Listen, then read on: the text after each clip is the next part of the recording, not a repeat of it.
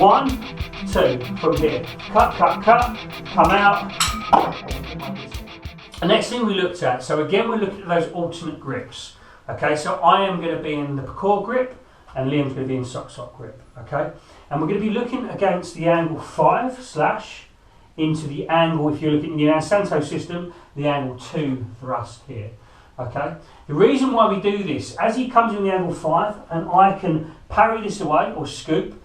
Now this isn't me then bringing his arm up to this position. That's not the way we want to look at it. It's important. As he comes in here, this is an open line and that's what gives him the thrust. Okay? So the first one we're going to look at is as he goes, I can scoop this and then he comes in and then I come in the middle. Okay, so basically we've got his hand sandwiched between my two hands here. Okay. Second one we do is he comes in, is I gunting pass, and as he comes in, 1, 2. Okay, I come in the middle again from this position. So I've either got gunting or I can scoop. Okay, so now we're just going to look at what we can do disarming wise. Okay, so as he comes in, 1, 2 from here. Now from this position, I've got these cuts, but I have this hand secure. Because we have a knife, I can bring the knife up, okay, and then I can get my disarm from this position. Now, a couple of different ways we can do the disarm. In reality, I want to disarm towards him, okay, even to the point that this could just enter in and then cut out, and this would be my disarm. More of a traditional approach. For training purposes, and I just want to make a point of this, we could shear the thumb, okay, so we want to be very careful with the thumb. Obviously, we want this under control. For training purposes, because he's my friend, I go away from him, okay, and I let the thumb release out. I've got just a safety point there so you don't end up shearing the thumb. And what I mean by shearing the thumb is if I keep the thumb locked and I push into this blade, that's what's going to cause the shearing of the thumb, which in reality is the way we want to do it, okay? So again, he comes in, 1, 2, from here. Cut, cut, cut, come out, and then get my disarm. So now we're going to just look at some different variations or things we can do once we've got that disarm. Okay. So as he comes in, 1, 2, from here, I get the cut, I get my disarm. From here I go under the elbow, okay, and I get to this bent arm position. Now I'm being nice to Liam here. Ideally I'd be pushing down the shoulder and I'd raise up this part of my forearm, which will put him in a deeper lock. So from this position here I have him under control and I can do different cuts or whatever I need to do from there. Okay. So that's position number 1. That's one of the follow-ups that we can use. The second one we can do is he comes in, 1, 2, from here, my cuts. Now from this position here I can use the knife and boom, and I go for a takedown.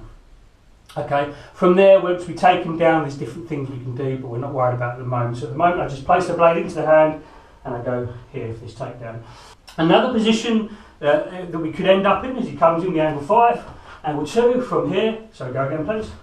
1, 2. I could end up with both hands on the outside. Again, whereabouts I can still get to the same positions from there.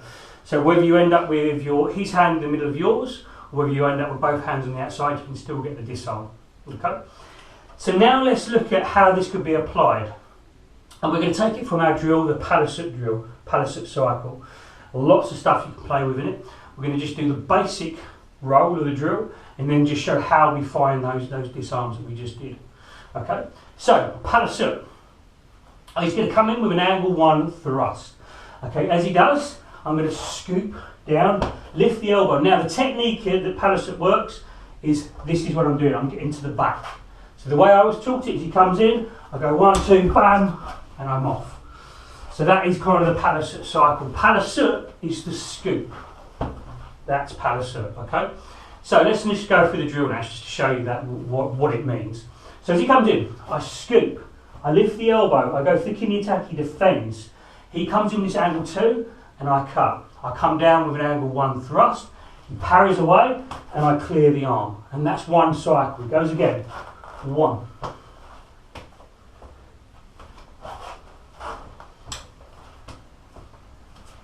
Excellent. Okay, the only variation we're going to show just to make it applicable to what we've just done is rather than the angle 1 thrust, you can change that to a low angle 5.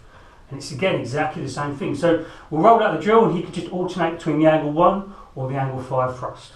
So he comes in.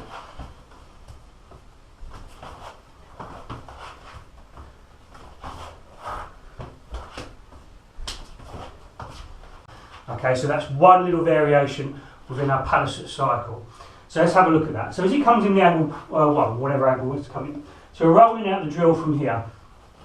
Now you'll notice this is the position that we were just working on from the angle 2 thrust. Okay, so again he comes in. So from here, this is where I could end up with his hand in the middle. So this exact same position. So once I recognise this position, this is where I am. Again, this is where I can start to place those techniques in. Why do we do that? Because it's an important position. Anytime the angle 5 comes in and I pass here, I'm at risk. This is an open line, so we're working on that, which is important. Whether it's a slash or thrust, doesn't matter. You're recognising the line, okay, the line of attack that you're coming with. Okay.